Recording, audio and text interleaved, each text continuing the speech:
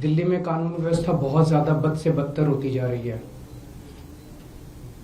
मैं दिल्ली का एक नागरिक हूं, दिल्ली का मुख्यमंत्री रह चुका हूं, लोगों में जाता हूं, लोगों से मिलता हूं, लोग इसको लेके बहुत चिंतित हैं। दिल्ली के लोग दहशत के माहौल में जी रहे हैं। उन्हें पता नहीं कि कब किसके साथ क्या हो जाएगा। तो पिछले कुछ दिनों से कई दिन मैं कुछ नहीं बोला, मुझे लगा स्थिति सुधर जाएगी और ये एक ऐसा मुद्दा नहीं है जिस पे राजनीति होनी चाहिए। लेकिन जब स्थिति बद से बदतर होती जा रही है और खुलेआम दिल्ली के अंदर सड़कों के ऊपर गोलियां चलने लगी हैं, ऐसा लगता है कि गैंगस्टर्स ने दिल्ली के ऊपर कब्जा कर लिया है, तो मुझसे चुप नहीं रहा गया और मैंने दिल्ली की कानून व्यवस्था को लेके सवाल खड़े करने चालू किए।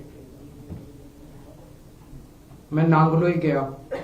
नांगलोई में एक दुकान वाले के दुकान के बाहर दो मोटरसाइकिल पे सवार व्यक्ति आए और उन्होंने धुआंधार गोलियां चलानी चालू की। मैं नांगलोई गया, मुझे नांगलोई जाने से बीजेपी का कार्यकर्ताओं ने रोका, मुझे रास्ते में रोक दिया, मुझे जाने नहीं दिया, पता नहीं क्यों। पूरे दिल्ली के अंदर आज बिजनेसमैन डर के माहौल में जी रहा है। उसे फिरौती की कॉल आती है, अगर वो फिरौती नहीं देता तो थोड़े दिन के बाद उसके दुकान के सामने शूट आउट हो जाता है, एक मैसेज देने के लिए, संदेश देने के लिए कि अगर तूने नहीं किया तो तेरे साथ कुछ भी हो सकता है। आज बिजनेसमैन को ये नहीं पता मैं सुरक्षा के लिए कहां जाऊं। कल मैं पंचशील एनक्लेव गया। पंचशील एनक्लेव में वो एक तरह से 64 साल देश का, दिल्ली का सबसे पॉश एरिया माना जाता है। वहां पे 64 साल के एक बुजुर्ग की निर्मम हत्या, चाकू गोद के उनकी निर्मम हत्या कर दी गई। सीनियर सिटीजन्स जो हमारे दिल्ली में बहुत हैं, बहुत सारे ऐसे बुजुर्ग हैं जिनके बच्चे बाहर चले गए पढ़ने के लिए, नौकरी करने के लिए, अकेले रहते हैं, वो आज दहशत के माहौल में जी रहे हैं। दिल्ली की महिलाएं दहशत के माहौल में जी रही हैं। कभी किसी के साथ ईव टीजिंग तो रोज का ही काम है, लेकिन कभी किसी का अपहरण हो जाता है, मर्डर हो जाता है, गैंगरेप हो जाता है। आज महिलाएं दहशत के माहौल में जी रही हैं। आज मैं तिलक नगर जा रहा हूं। तिलक नगर 2 दुकान वालों से मिलूंगा जिनकी दुकानों के बाहर शूट आउट किया गया। मैंने सोचा था ये सारे मुद्दे उठाऊंगा तो एक उम्मीद थी कि अमित शाह जी, आप सब लोग जानते हैं कि दिल्ली की शिक्षा, स्वास्थ्य, बिजली, पानी, ये चुनी हुई दिल्ली की सरकार आम आदमी पार्टी की सरकार के पास है। लेकिन दिल्ली की सुरक्षा, दिल्ली की कानून व्यवस्था, दिल्ली के लोगों की सुरक्षा जो है वो केंद्रीय गृह मंत्री के सीधे अंडर में आती है, अमित शाह जी के अंडर में आती है। तो मुझे उम्मीद थी कि मेरे मुद्दे उठाने पे अमित शाह जी कुछ कार्रवाई करेंगे।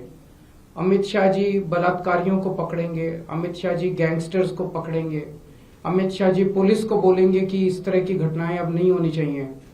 अमित शाह जी कठोर कदम उठाएंगे, ठोस कदम उठाएंगे, जिससे दिल्ली वासियों को कुछ सुकून मिलेगा। लेकिन इसकी बजाय हमने देखा कि कल मुझ पे हमला करवा दिया गया। मैं पदयात्रा में जा रहा था, मेरे ऊपर एक लिक्विड फेंका गया। वो लिक्विड हार्मलेस था, लेकिन वो हार्मफुल भी हो सकता था। कल हमारे एक एमएलए को गिरफ्तार कर लिया गया। उस एमएलए का कसूर यह था कि वो एमएलए भी इस किस्म के गैंगस्टर्स का विक्टिम था। उसके पास भी फिरौती की और अलग अलग तरह से गैंगस्टर्स की कॉल्स आ रही थी। आज से 1.5-2 साल पहले उसके पास कई सारी कॉल्स आई, जिसकी बाकायदा उसने लिखित शिकायत दिल्ली पुलिस को की कि मेरे पास कपिल सांगवान उर्फ नंदू नाम के गैंगस्टर की बार बार कॉल्स आ रही हैं, मुझे धमकियां मिल रही हैं, मेरे परिवार को धमकियां मिल रही हैं, मुझे उनसे बचाइए। मैं उनके एक कंप्लेंट, आप उनकी कंप्लेंट सुनोगे तो आपका भी दिल पसीज जाएगा। जो उन्होंने पुलिस को कंप्लेन की है, मैं उस कंप्लेन के कुछ हिस्से पढ़ के सुनाना चाहता हूं। ये कंप्लेन उन्होंने की है धालीवाल साहब जो कि स्पेशल कमिश्नर ऑफ पुलिस हैं, उनको कंप्लेन की है। सब्जेक्ट है complaint against Shri Kapil Sangwan alias Nandu of Nandu gang and his brother for extending threats of life for the purpose of extortion. इसमें वो लिखते हैं ऑन 23 मई 2023, आज से 1.5 साल पहले, I received a WhatsApp call from mobile number so and so and also from mobile number so and so from a person who introduced himself as Kapil Sangwan alias Nandu of Nandu gang, and in the said call he threatened to follow his commands and dictates, failing which he will kill me and my family. To instill serious fear in my mind, he even disclosed the whereabouts of my son. उसने बताया कि तेरा बेटा इस वक्त यहाँ है, अगर तू हमारी बात नहीं मानेगा तो तेरे बेटे के साथ कुछ भी हो सकता। He even disclosed the whereabouts of my son who is living abroad and also disclosed whereabouts of my other family members. Since then he has called me around 35 to 40 times from the said mobile numbers for the purpose of threatening and extortion. Kapil Sangwan alias Nandu further threatened that he has been giving threats and extortion calls to his potential targets to extract money from them, for which he wants me to act as per his dictates and commands to collect money from his potential targets and hand over to his men. कि फलाने फलाने लोगों से तू पैसे इकट्ठे करके ला और मेरे को हैंड ओवर कर। Since I refused to do so and disconnected his phone, Kapil Sangwan has given WhatsApp call to me number of times and has been pressing for his above said illegal demands and dictates, and has finally conveyed in his last call that he has started extortion calls using my name also.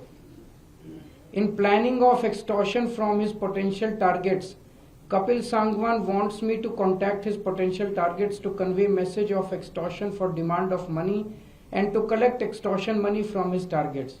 He has also been threatening that if I further refuse to do so, he will instruct his gang members to eliminate me and my family. I have clearly refused to follow the said illegal dictates and have finally decided to bring the matter to your knowledge to protect the potential targets from the illegal acts of said persons. बड़ी लंबी चिट्ठी है, मैंने कुछ portions पढ़ के सुनाए हैं। एमएलए नरेश बालियान कपिल सांगवान उर्फ नंदू का विक्टिम है। वहां से उनको इस तरह की कई धमकियां आई और उन्होंने, ये मैंने एक ही चिट्ठी पढ़ी है, उन्होंने कई चिट्ठियां दिल्ली पुलिस को लिखी कि इसके ऊपर कार्रवाई कीजिए, मुझे लगातार धमकियां आ रही हैं। उस पे कार्रवाई करने की बजाय कल दिल्ली पुलिस ने नरेश बालियान को गिरफ्तार कर लिया। कल मेरे ऊपर हमला कराया गया। हमारा कसूर क्या था? हमारा कसूर था कि हम लोग दिल्ली की बिगड़ती हुई कानून व्यवस्था की बात उठा रहे थे। कल नरेश बालियान की गिरफ्तारी से अमित शाह जी ने दिल्ली की जनता को क्या संदेश दिया है?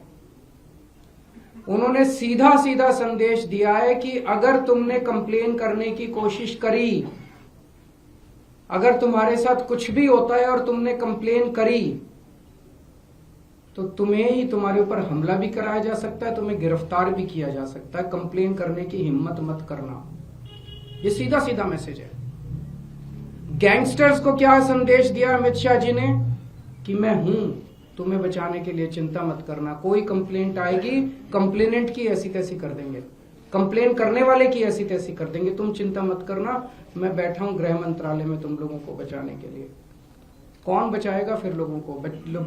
लोग किसके पास जाएंगे? लोग किसके पास कैसे शिकायत करेंगे फिर लोग? मैं अमित शाह जी से कहना चाहता हूं कि अगर आपके अंदर हिम्मत है तो आप इन गैंगस्टर्स को गिरफ्तार करके दिखाइए।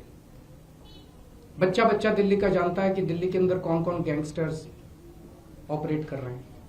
अगर हिम्मत है तो उन गैंगस्टर्स को गिरफ्तार करके दिखाइए। दिल्ली के अंदर जो मर्डर कर रहे हैं उनको गिरफ्तार कीजिए। दिल्ली के अंदर जो बलात्कार कर रहे हैं, अपराधी घूम रहे हैं, उनको गिरफ्तार कीजिए। मेरे ऊपर हमला कराने से, मेरे एमएलए को गिरफ्तार करने से क्या दिल्ली की महिलाएं सुरक्षित हो जाएंगी? मेरे ऊपर हमला कराने से, मेरे एमएलए को गिरफ्तार करने से क्या दिल्ली के बिजनेसमैन सुरक्षित हो जाएंगे? मेरे ऊपर हमला कराने से, मेरे एमएलए को गिरफ्तार करने से क्या दिल्ली के नागरिक, सीनियर सिटीजन सुरक्षित हो जाएंगे? अब दिल्ली की जनता अमित शाह जी आपसे ठोस कदम की उम्मीद करती है।